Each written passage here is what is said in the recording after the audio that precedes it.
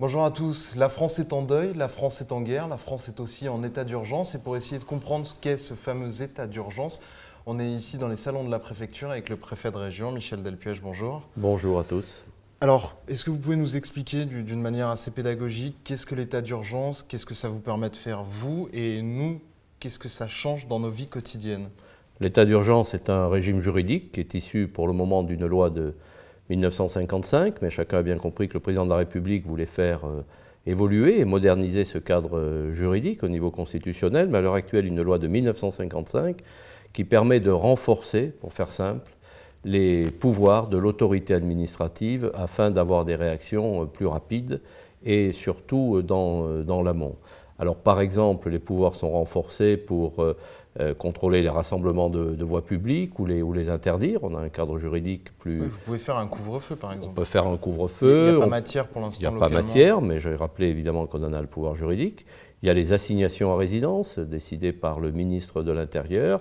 Il y a les perquisitions administratives que peut ordonner le préfet au lieu et place de l'autorité judiciaire et sur la base uniquement de renseignements que portent les services. Et les perquisitions administratives, on l'a vu, peuvent être extrêmement efficaces. Il y en a eu lundi, il y en a aussi eu cette nuit. Oui, et puis il y en aura d'autres. On va s'inscrire dans la durée et le travail que nous demandons à nos services, que le gouvernement demande aux services, que le ministre de l'Intérieur nous demande de conduire, c'est de nous inscrire dans la durée pour établir des objectifs, établir des cibles et dans la durée mener ce travail de perquisition.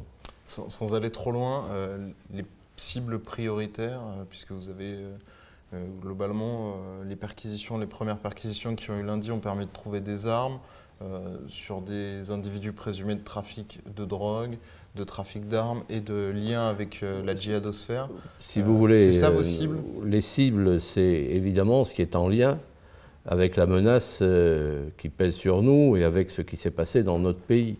Et l'on sait qu'il y a de la porosité entre des milieux délinquants, des milieux du banditisme et les actions de type terroriste.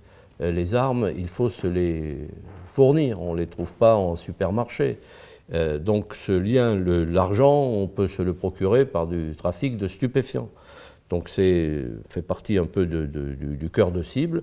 Au-delà de cela, les individus qui sont suivis par les services dans le cadre de la prévention de la radicalisation ou de la lutte contre la radicalisation pourront eux aussi, évidemment, en tant que de besoin, faire l'objet de ces mesures, en veillant bien à chaque fois à la bonne articulation avec l'autorité judiciaire, bien sûr, quand nous les mettons en œuvre, et le procureur de la République en est informé, et les suites judiciaires sont conduites par le procureur de la République, et puis veiller, bien sûr, à ce que le choix de nos cibles ne vienne pas impacter et perturber des enquêtes qui se déroulent par ailleurs. Donc c'est un travail très fin que mènent les services. Est-ce que aussi il y a en tête l'idée finalement de mettre un coup au trafic d'armes et à la présence d'armes dans les quartiers? Oui, ça fait partie. Ça peut être dans un deuxième temps, oui, puisque l'état d'urgence a été prolongé pour 3 mois, ça veut dire que vous allez pouvoir faire beaucoup de perquisitions administratives. Oui, bien sûr. La circulation d'armes, qui beaucoup viennent, on le sait, de l'ex-Yougoslavie ou du bloc soviétique, ces fameuses Kalachnikov, qui sont en fait des objets extrêmement dangereux, à la fois extrêmement rustiques, hein, et qui sont sur, ce qu'on me dit, se vendent à des prix qui ne sont pas hors d'atteinte pour des gens qui veulent l'acquérir. Donc on sait qu'il y a beaucoup d'armes, et de viser cette cible, c'est évidemment utile, évidemment nécessaire, oui. Cette nuit, 5 perquisitions ont eu lieu. 4 ont eu lieu cette nuit, qui ont donné lieu à 2 assignations à résidence que nous avions à notifier. Il y a eu des interpellations, à ce stade, je n'en ai pas plus. Pour revenir sur l'état d'urgence, pour nous citoyens, finalement, est-ce que ça change quelque chose? Vous avez raison de poser la question en ces termes, parce qu'à la fois... On a beaucoup parlé de on est en guerre, on va peut-être devoir abandonner des libertés individuelles. Est-ce que l'état d'urgence...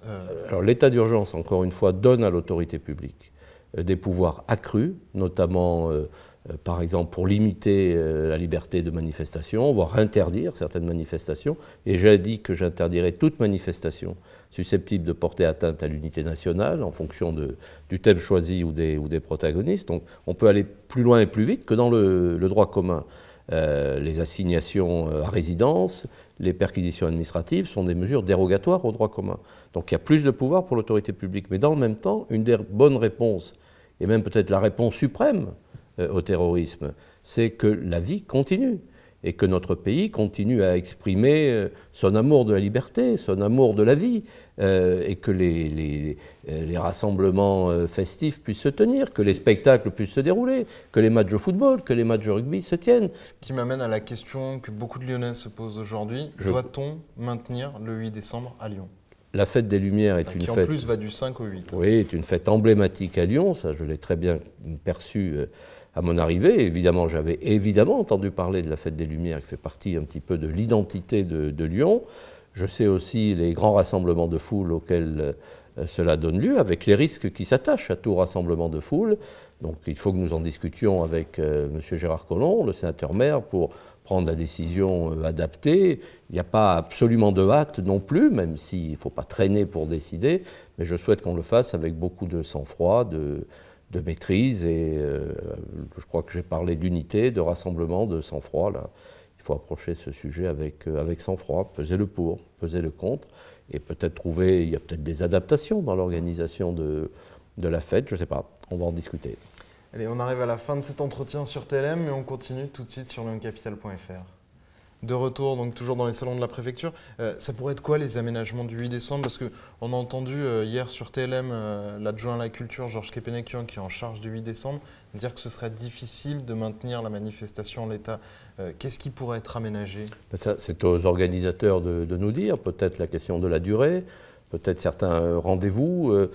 C'est là que je pense qu'on a peut-être une marge de manœuvre pour faciliter les choses. Mais vous tenez au symbole, à dire au aussi, symbole, j'ai envie la de dire France que a peur, mais la France oui, surpasse sa peur. La France ne peut pas s'arrêter de fonctionner.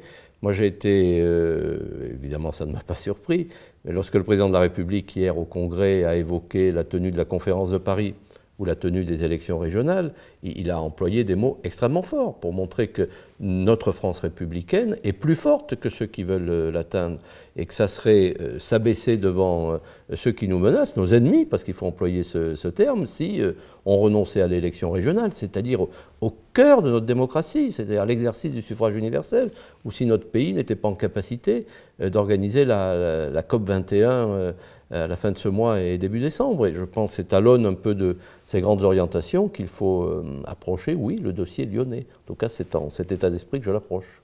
Ce week-end, il y avait eu des fermetures de sites, notamment de sites culturels. Quels sont les sites où vous renforcez la sécurité en priorité? Et quel est l'état des moyens de surveillance, et plutôt de sécurisation des grands lieux publics? Deux choses différentes, si vous voulez, dans le cadre, pour le week-end. C'est-à-dire que l'émotion était immense. On a parlé d'effroi, de stupeur. Par ailleurs, on était au début du deuil. Et selon ma formule, évidemment, quand on est en deuil, on ne fait pas la fête. Et c'est pourquoi la recommandation qui avait été donnée lors de l'échange que j'ai eu avec les parlementaires, les grands élus du département samedi matin, il y avait vraiment consensus sur ce point, c'était de renoncer à organiser ces rassemblements festifs. Ça peut être des spectacles, ça peut être des fêtes traditionnelles, mais j'ai envie de dire surtout dans l'esprit de deuil peut-être et de solidarité. Autre chose est la question, autrement dit, je n'ai rien interdit au titre de la sécurité et de la protection, j'ai interdit une manifestation au titre de l'ordre public, c'était les identitaires. La question de la protection des sites, Vigipirate est monté d'un cran sur le contrôle des accès dans les grands lieux publics, notamment les centres commerciaux. On a renforcé la présence dans les gares. L'opération Sentinelle s'est remis à son niveau maximum et le ministère de la Défense travaille en lien avec le ministère de l'Intérieur pour dégager des moyens supplémentaires qui nous permettront d'augmenter encore la présence des militaires. Donc la mobilisation est maximale. C'est 3000 fonctionnaires de la sécurité publique, c'est 1000 gendarmes dans le département, avec parfois l'appui de forces mobiles et l'appui des militaires. Mais il est évident que penser qu'on peut mettre une garde statique sur chaque école, sur chaque lieu de culte, sur chaque point de service public, c'est pas réaliste au regard de nos moyens, et je crois que des approches dynamiques, des patrouilles, des contacts sont nécessaires. D'autre part, ayons toujours à l'esprit qu'une des philosophies de Vigipirate, c'est la vigilance. Et la vigilance, c'est l'affaire de chacun. La vigilance, ce n'est pas la psychose.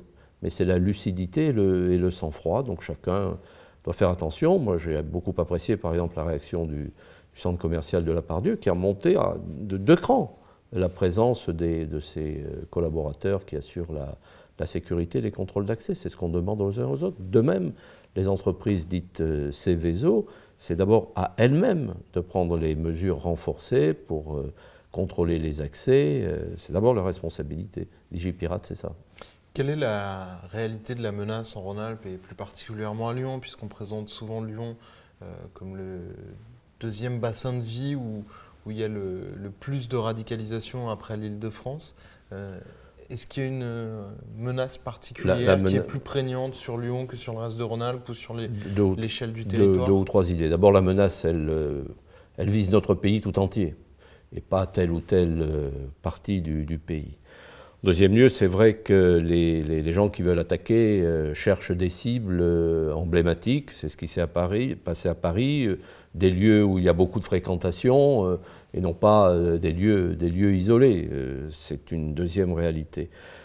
On sait aussi que sur le territoire lyonnais au sens large, du Grand Lyon, mais au-delà de la métropole, là, depuis de nombreuses années maintenant, on a des groupes souterrains qui sont à l'œuvre. On les avait vus il y a 20 ans en lien avec le groupe salafiste pour la prédication de combat, et on a, oui, des cibles que nous suivons sur le territoire rhodanien. J'ai évoqué un nombre de l'ordre de 220 à 250 personnes, mais avec des degrés de dangerosité évidemment très, très variés et que l'on peut difficilement établir avec certitude par avance. Tous les attentats qui se commettent sont la démonstration, mais je veux indiquer que les services font un travail de grande qualité, de grande rigueur.